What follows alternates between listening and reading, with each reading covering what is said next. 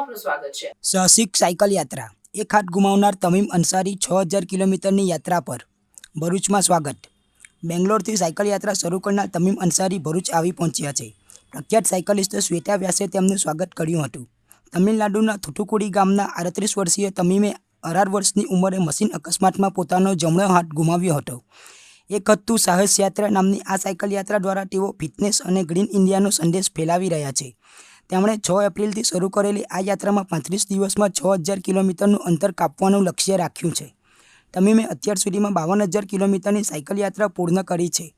આ સિદ્ધિ માટે તેમનું નામ લિમ્કા બુક ઓફ વર્લ્ડ રેકોર્ડમાં નામ નોંધાયું છે। હવે તેમનું આગલું લક્ષ્ય પેરા ઓલિમ્પિકમાં ભાગ લેવાનું છે, જેની તૈયારીઓ તેઓ કરી રહ્યા છે। નમસ્તે, મારું નામ શ્વેતા વ્યાસ છે। તમે ગુજરાતીમાં એક કહાવત સાંભળી હશે, જહાં ચાહ વહાં રાહ। એને સાર્થક કરતું એક બહુ સરસ ઉદાહરણ આજે તમીમ અંસારી જે તમિલનાડુથી આવ્યા છે આપણા ભરૂચમાં એ પૂરું પાડે છે। તમીમ અંસારી ભાઈનો એક હાથ અકસ્માતમાં 18 વર્ષની ઉંમરે જતો રહ્યો હતો, તે છતાં પણ એમણે હિંમત નહીં હારી અને આજે સાયકલ પર ભારતભરમાં ટોટલ 6000 કિલોમીટર સાયકલ યાત્રા કરી રહ્યા છે અને લોકોને એ સંદેશ આપવા માંગે છે કે તમે લોકો બને એટલું હેલ્થ પ્રત્યે જાગૃત રહો। ક્લીન ઇન્ડિયા અને ગ્રીન ઇન્ડિયા એ એમનો સાયકલિંગનો મોટો છે।